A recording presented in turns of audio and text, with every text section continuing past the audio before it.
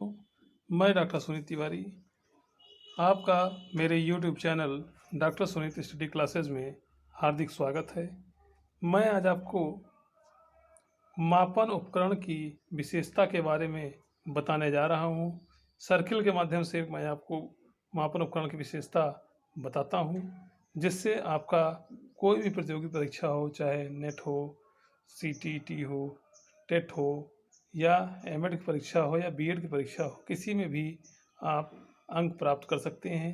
क्योंकि आप शिक्षक बनने की तैयारी में हैं, तो आपका जो भी सपना है वो पूर्ण होगा।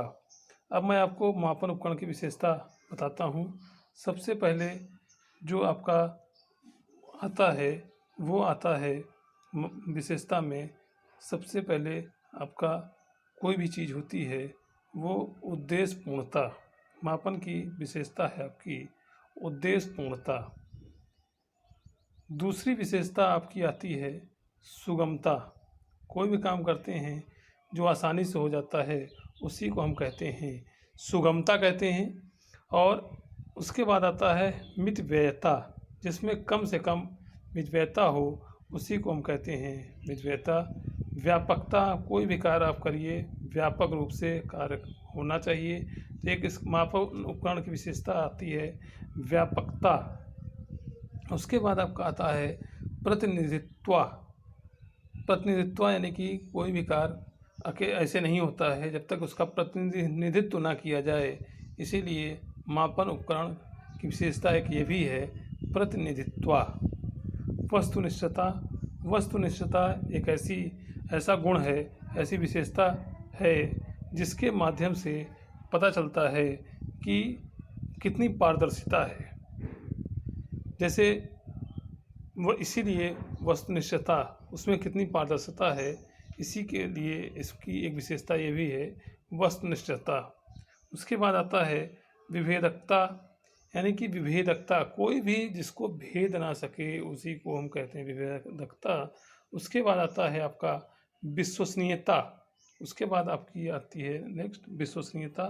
कोई भी चीज़ हो उसकी विश्वसनीयता हमेशा बनी रहे। जो जैसे कि उस विशेषता ये है कि जो टूल जिसके लिए बनाया जाता है वो ही बार बार, अगर जैसे कि कोई परीक्षा लें, कोई टेस्ट पेपर बनाए और बार बार जैसे अगर कोई बच्चा 60 नंबर पाता है और दोबारा फिर वही 60 नंबर पाएगा, तो उसको हम कहते हैं विश्वसनीयता। यानी कि आपने जो बनाया है, जिस स्तर के लिए बनाया है, उसी को हम कहा जाता है विश्वसनीयता।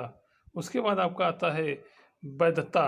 वैधता, जो उपकरण जिसके लिए बनाया जाता है उसी की माप करेगा, उसी को हम कहते हैं वैधता कहते हैं।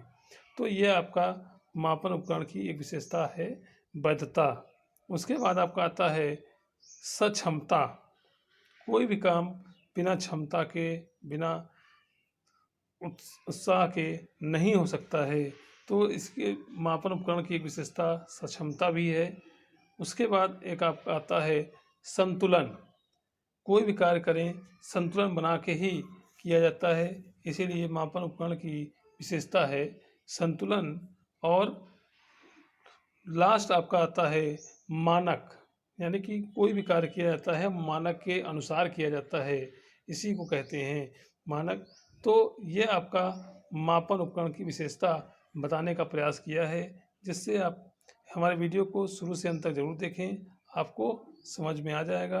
और हमारे वीडियो को लाइक करें, शेयर करें। जो पहली बार हमारे चैनल को देख रहे हैं सब्सक्राइब करना ना भूलें, बेल आइकन ज़रूर दबा दें, जिससे कि उनको नया नोटिफिकेशन प्राप्त होता रहे। तो ये ध्यान रखें। धन्यवाद।